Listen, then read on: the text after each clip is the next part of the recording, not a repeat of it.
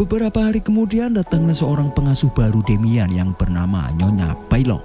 Dan TKP pun berpindah kepada seorang fotografer misterius yang terlihat dia sedang mencuci foto tangkapannya.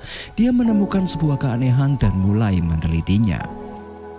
Ketika Damian akan diajak pergi untuk menghadiri upacara di gereja, Nyonya Baylock tiba-tiba mencoba meyakinkan Catherine agar tidak membawa Damian pergi dengan alasan Damian sedang sakit. Tetapi Catherine tetap menyuruh Nyonya Baylock untuk memakaikan pakaian kepada Damian karena Catherine ingin tetap mengajaknya.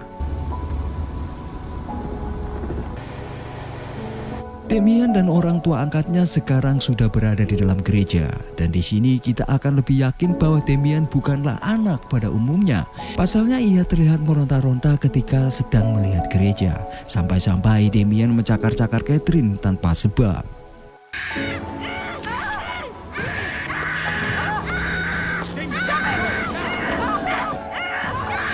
Go! Drive the car! Go now!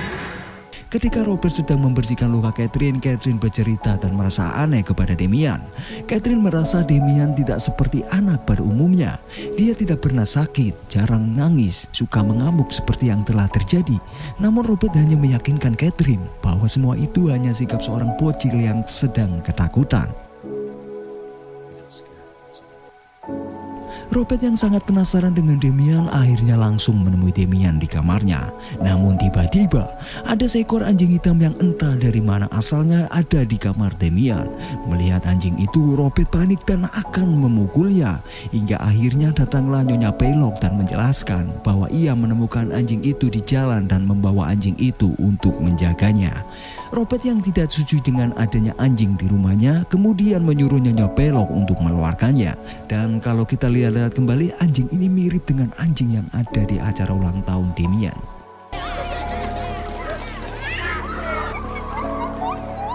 Keanehan Damian semakin terlihat ketika dia sedang study tour ke sebuah kebun binatang. Di sana dia terlihat sendiri karena semua temannya ketakutan kepadanya. Bukan hanya temannya saja yang ketakutan, bahkan para hewan pun pada ketakutan ketika Damian mendekati mereka. Di sini sudah dipastikan Damian bukanlah bocil sembarang bocil. Keesokan paginya, Pastor Brandon kembali meminta Robert menemuinya di bawah jembatan.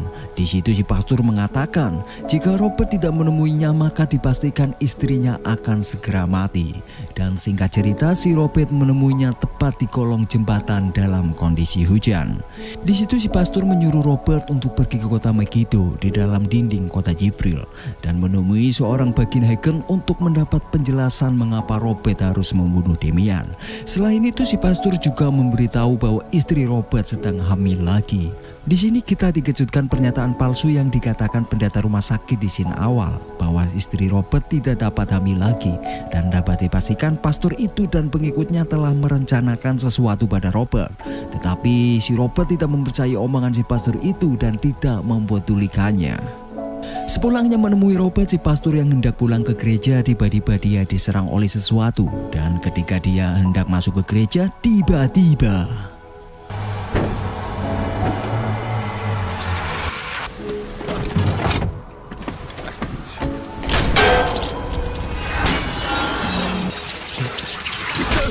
si pastor mati tertusuk besi yang terjatuh dari menara tepat di dadanya. Di sisi lain, ternyata apa yang dikatakan si pastor memang terbukti. Catherine ternyata memang benar-benar hamil lagi. Sekarang ia tidak menginginkannya karena ia telah trauma dengan si bocil Damian, sehingga ia tidak menginginkan memiliki anak lagi.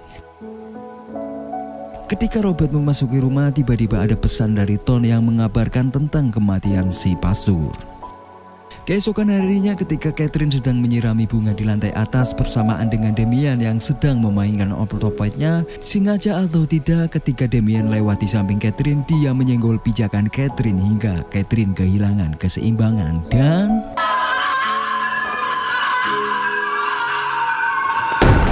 Robert juga mendapat kabar buruk lainnya bahwa istrinya mengalami gagal otak dan bayi dalam kandungannya pun keguguran.